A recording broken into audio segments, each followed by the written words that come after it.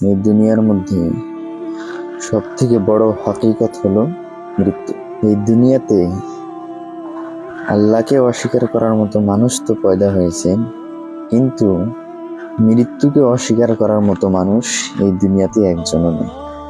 এক প্রকারের মানুষ আছে যারা শুধু আল্লাহকে মানে এবং সে হলো মুসলমান। আরেক প্রকারের লোক আছে যারা আল্লাহকেও মানেন না, কোনো কিছুই মানেন না, মালিক বলতে কিছুই মানেন না, তারা হলো নাস্তিক। আর তৃতীয় যারা হচ্ছে আল্লাহর সাথে শিরিক করে এবং কাফির মুশরিক। তো এই দুনিয়ার মধ্যে আল্লাহকে অস্বীকার করার মতো মানুষ তো পয়দা হয়েছে, কিন্তু মৃত্যুকে অস্বীকার করার মতো মানুষ এই দুনিয়াতে এখনো পয়দা হয়নি।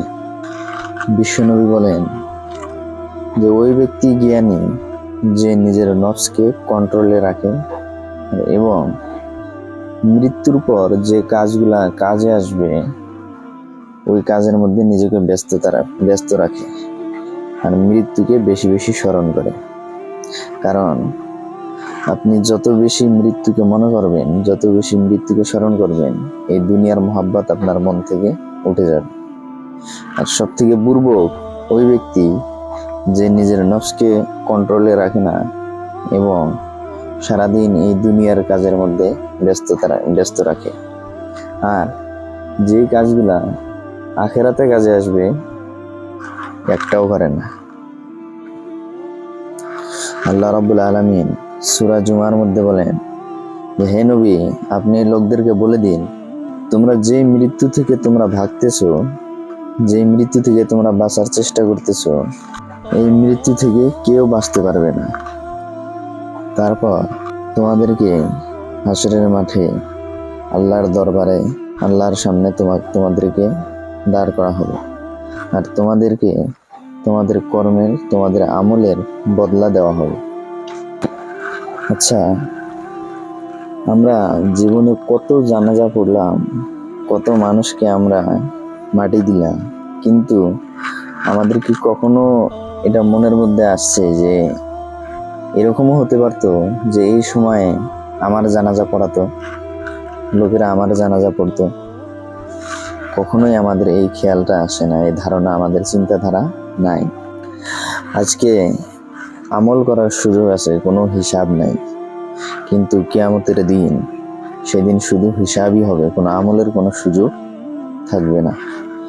এই জন্যে আমাদের সবারই নিজের আমলের কথা চিন্তা করা দরকার, যে এই সময়ের মধ্যে এখনই যদি আমার মৃত্যু হয়ে যায়, তাহলে আমি আমার জীবনে কতটুক নেক আমল করেছি বা কতটুক বদ আমল করেছি, আর এই নেক আমলের কারণে আমি কি ডাইরেক্ট জান্নাতে যেতে পারবো, না আমি কতটুকু আমল করেছি যে এই আমার আমলের কারণে আমাকে জাহান্নামে যেতে হবে না, জাহান্নামের আগুনে আমাকে জ্বলতে হবে না, তাছাড়াই আমি ডাইরেক্ট জান্নাতে যাব। বিশ্বনবী বলেন, যখন মানুষ মারা যায় তখন তার আমলের দরজা বন্ধ হয়ে যায়। তিনটা কারণে তার নামায় আমলে নেকি লেখা হয়। প্রথমত হলো যে নেক সন্তান, যে ওই সন্তান, যে সন্তান আপনার মৃত্যুর পর আপনার জন্য দোয়া করবে বা আপনার জন্য কোরআন পড়বে, নামাজ পড়ে আপনার জন্য দোয়া করবে। এই জন্যে আমাদের উপর এটা ফরজ যে আমরা আমাদের সন্তানকে এতটুকু দিনই শিক্ষা দেই যে সে যেন সঠিকভাবে নিজে নামাজ পড়তে পারে বা সঠিকভাবে কোরআন পড়তে পারে। আপনার কি মনে হয় যে আপনার মৃত্যুর পর আপনার ছেলে বা আপনার মেয়ে আপনার জন্য কোরআন পড়বে, নামাজ পড়বে? যে ছেলেকে আপনি নিজে দিনই শিক্ষা দিলেনই না, যে ছেলে আজকে আপনার কথা মতো নামাজই পড়ে না, ওই ছেলে আপনার মৃত্যুর পর আপনার জন্য নামাজ পড়বে, দোয়া করবে। আপনি আপনার ছেলেকে ইংরেজি শিখাইলেন, বাংলা শিখালেন, কিন্তু আপনার এতটুকু সময় হলো না যে তাকে আপনি এতটুকু দিনই শিক্ষা দেন যে সে যেন শুদ্ধভাবে নামাজ পড়তে পারে আর শুদ্ধভাবে কোরআন পড়তে পারে।